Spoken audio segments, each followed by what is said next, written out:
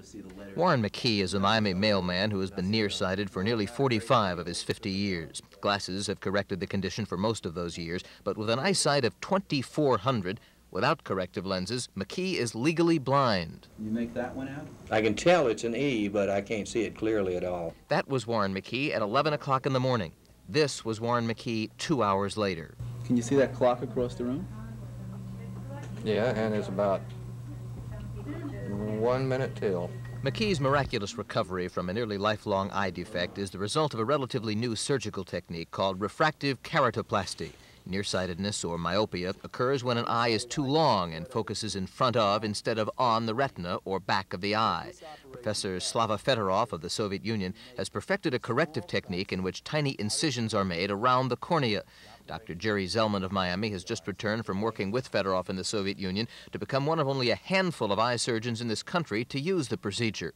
As the eye heals, the scarring of the cornea causes that part of the cornea to become a little weaker than the central part, and it causes it to bulge out a little, and the central part flattens by the same amount, and that's what reduces the myopia. Each eye is operated on separately, usually several weeks apart. Using a razor knife and working under a microscope, Zellman makes 16 incisions radiating from a circular mark made around the iris. The patient is awake and feels no pain because of anesthetic eye drops.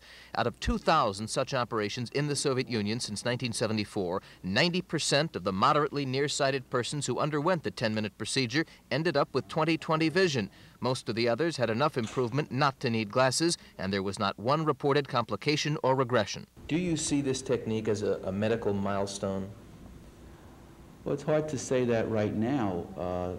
Based on Professor Fedorov's data, I think it's a very exciting procedure, and perhaps one day would be considered that. There are dramatic future possibilities for this new eye technique because an estimated 700 million people in the world today are nearsighted and could benefit from it without the need for corrective lenses. Bob Mayer, Channel 4 News.